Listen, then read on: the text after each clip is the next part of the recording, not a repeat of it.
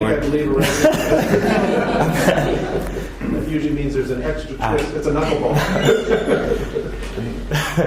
Well, there's only audios. So we have a DA, 67-year-old male, presenting with urgency, frequency, and incomplete emptying. His history, basically Parkinson's disease is kind of his underlying disease condition. His lower urinary tract symptoms are characterized by, again, urgency, frequency, incomplete emptying, and nocturia 4 to 5 times per night. His urinalysis also showed multiple RBCs, red blood cells, and white blood cells. Did not have any gross hematuria, but as a result of kind of the combination of LUTs with hematuria microscopically, he was referred to as. I might challenge you a little bit, that's LUTs, but we'll talk a little further Parkinson's disease. Yes. Past medical history, as we mentioned, Parkinson's disease. He's also had a history of kidney stones and BPH. Erectile dysfunction of PE. He's no longer on anticoagulation, sleep apnea. So kind of a big combination of different things that may be contributing to some of his nocturnal awakenings and other issues with emptying. Past surgical history, he's had spinal surgeries as well on top of his Parkinson's disease and stone surgeries in the past. Medications.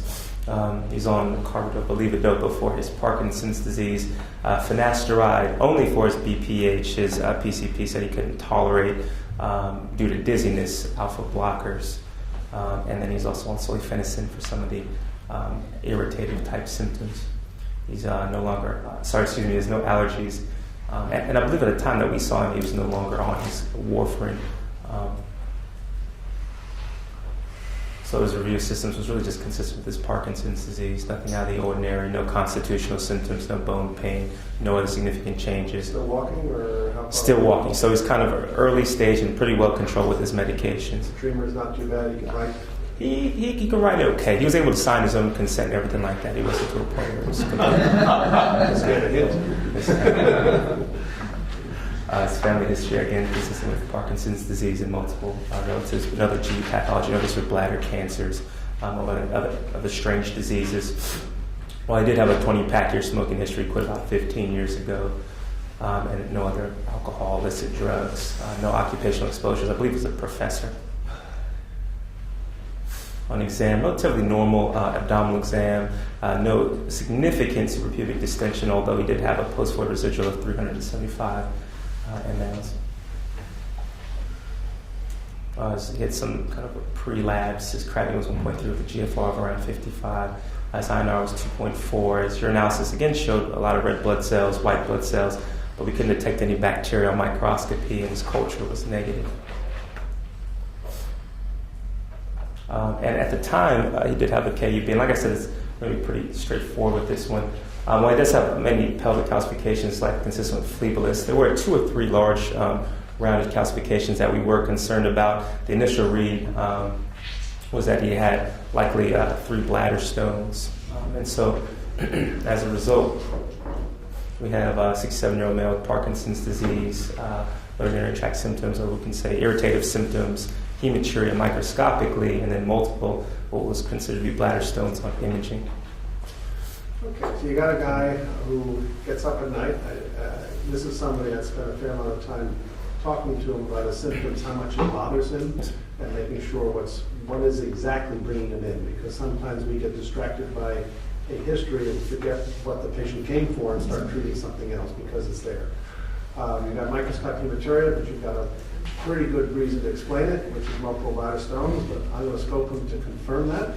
And part of my scoping is also to get a vague feel of how big his prostate is, not saying I'm making a diagnosis of bladder outlet obstruction based on the prostate, but if I see a huge median lobe, I'm thinking one way. If I see a relatively modest-sized prostate, I'm thinking something else, because the danger of assuming, and that's what I comment on the LUTs, assuming that all the symptoms are due to obstruction, you might box yourself in a corner, do a TURP or a laser or something before you know that you got a guy who's got a hyperactive bladder that's having incontinence. So 375 is certainly post-void residual is certainly suggesting that he's got a component of bladder outlet obstruction.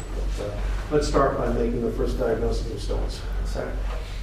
So absolutely agree. We did take him for cystoscopy, cystolithopaxy, and as you mentioned, we did take a good look at the prostate. And really, there was somewhat of a high riding bladder neck, but no significant BPH. I would say no huge lobes that were going to be that would be treatable and potentially improving his symptoms that we could see. His urethra was otherwise normal, no strictures, no other issues there. He did have one very large bladder stone, but what we did see. We didn't see 3 stones, but we did see some mounding kind of in the area of the left ureteral orifice, which looked a little strange. The right side looked normal.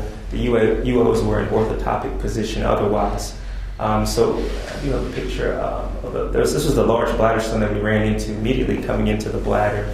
And after kind of breaking this down, taking a good look around the bladder, we didn't really see any other stones. We looked at that mounded area again, and kind of on further inspection, this is not the best picture, but this is kind of right in the very distal left ureter. We're able to find 2 large stones, probably about a centimeter or so. This is inside the ureter? This is in the ureter itself, and he had never complained of any flank pain symptoms, no issues there before. He never had any, he didn't come, or we never obtained any new kind of upper tract imaging, because he came in with mostly what sounded like lower tract symptoms.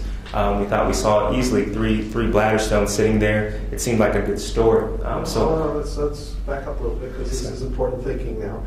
Because obviously a bladder stone, normally, much as I showed you in that very first monograph from 1850, bladder stone almost always equates to some bladder outlet obstruction. However, you've now given me a curveball, because you say he can grow 2 centimeter stones in his ureter before dropping them into the bladder. So now I'm not sure if we're just dealing with another ureteral stone that finally made it into the bladder and therefore has nothing to do with bladder outlet obstruction. So yes, you've got wonderful toys, and you probably got rid of all 3, both the ureteral stones and the bladder stones. I agree, I would not have done anything to his prostate just yet, especially with this finding. And now I'd be curious to see if his nocturia or any type of irritative symptoms go away, just getting rid of the stones. I'd be curious to see if his hematuria goes away.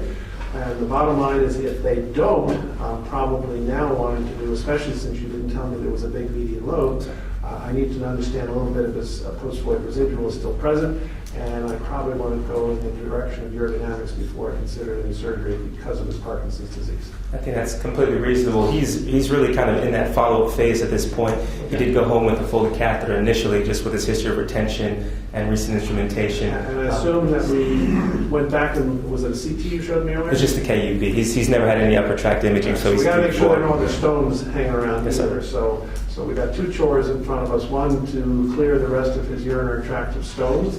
How old was he? 67. It's a little old to be presenting with new time stones, and we wear the stone analysis back. It's a calcium oxalate, monohydrate, and dihydrate, really only, no infection Yes, he component. probably had a small ureterocele and been holding things back, and those are probably stasis stones, and why eventually pass one, I don't know. You wouldn't normally pass a stone, though, so I'm just thinking there.